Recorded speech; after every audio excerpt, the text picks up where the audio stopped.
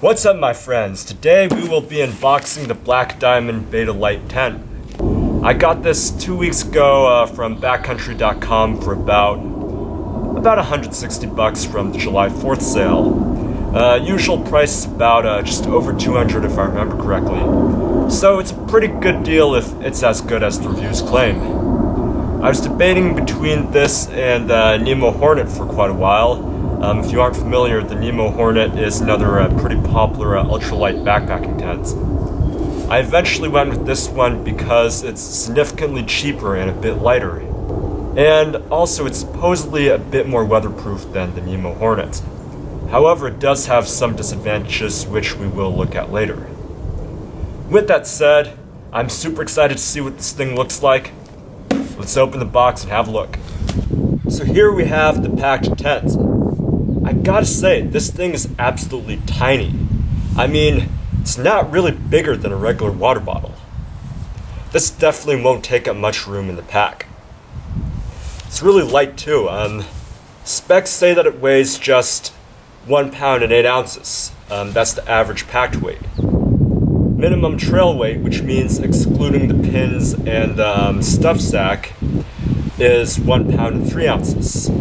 I don't have a scale handy to verify that, but it's pretty believable considering that it just feels like weighs next to nothing. It's definitely a lot lighter than my old tent, which was already pretty light at just about 2.5 pounds. Anyways, let's set this up and see what it looks like. Okay, so the first step is to stake 4 corners of the tent. And here are the stakes that it comes with. These aren't the lightest. I read that a lot of people will swap these out with lighter stakes to cut a bit of weight, but I don't think it'll make that huge of a difference.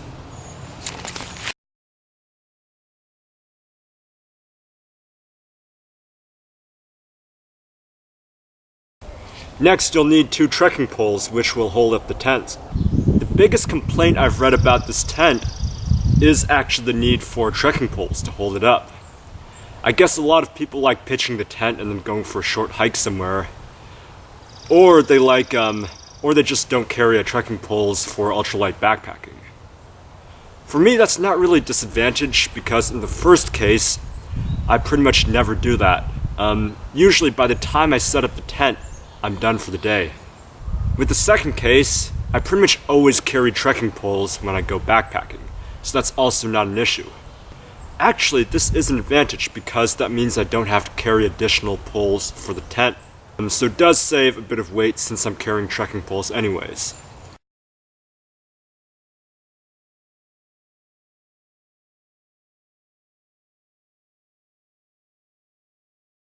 And last, you put the remaining stakes in to make sure everything is nice and tight.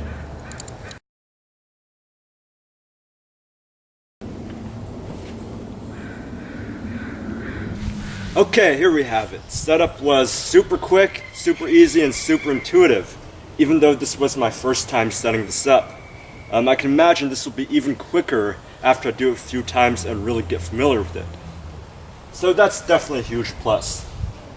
Whole thing pulls nice and tight. The sides are really steep for shedding rain and snow. This thing feels and looks like really weatherproof, which is one of the primary reasons why I got it. It's definitely a nice thing to have here in the Pacific Northwest, where the gods piss on us mortals profusely 3/4 of the year. If the weather does get really windy and really nasty, there are points where you can attach guy lines and guy out the tent. So it does look pretty sturdy. One not so nice thing about this tent is that it doesn't come seam sealed, which means in order for this to actually be waterproof, you're going to have to seam seal it yourself. That's not necessarily a bad thing. I think all Black Diamond tents come like this. I guess that's just Black Diamond's way of keeping costs down, since seam sealing is pretty tedious and time-consuming process. Sort of like how IKEA keeps costs down by offloading the building of the furniture to the customers. But the thing that does kind of suck is that this doesn't come with seam sealer, so you will have to go buy seam sealer yourself. I think some other Black Diamond tents will come with like a bottle of seam sealer and like a tube for you to apply it, but this one doesn't, unfortunately. But it's not a huge deal. Anyways, that's the outside of the tent. Let's have a look inside. So here's the door, just zips up and folds back. Seems really simple and easy to use. Okay, so here is the interior of the tent. Plenty of room, as you can see. It's tall enough that I can sit up very comfortably, and long enough that I can lie down and stretch out. This is a two-person tent, and you could definitely fit 2 people in here comfortably. There's room for the packs as well, so you can get everything in here and out of the rain. If I'm just using this by myself, it's kind of overkill, but again, it's so light that I don't really mind. There's a lot of space, especially for its weight. Now for some of the drawbacks. As you can see, there's no floor. So if you're going to use this in really wet, nasty, muddy conditions, you're definitely going to want to make a ground sheet for this, which shouldn't be too difficult. The other thing I've seen a lot of in the reviews is the condensation issue. A lot of people complain about the condensation. This is a single wall tent, and there aren't any vents along the top. I'm guessing that is to make the tent more weatherproof and probably save a bit of weight. But that means condensation will build up a lot more easily in this tent as compared to other tents which have vents. Supposedly there's several ways to mitigate this problem, which is to open the door in nicer weather and to pitch the tent with the bottom edge a bit higher off the ground, create more circulation. Also, I mean, the sides are pretty tight and pretty steep. If condensation starts to collect and bead, I think it should slide off pretty easily, so I don't think that's going to be a big problem either. Now for the biggest disadvantage of this tent, in my opinion. There's no bug net, which means this thing isn't bug-proof as it comes. I'm not foreseeing that this will be a huge issue.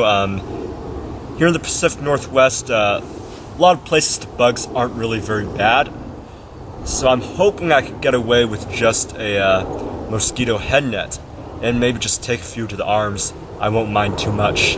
Also, there aren't too many nasty mosquito-borne diseases up here.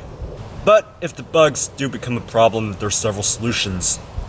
Black Diamond sells a bug tent that comes with a waterproof sealed bathtub floor and a full bug tent, which is nice. The reason why I didn't get that yet is mainly due to weight.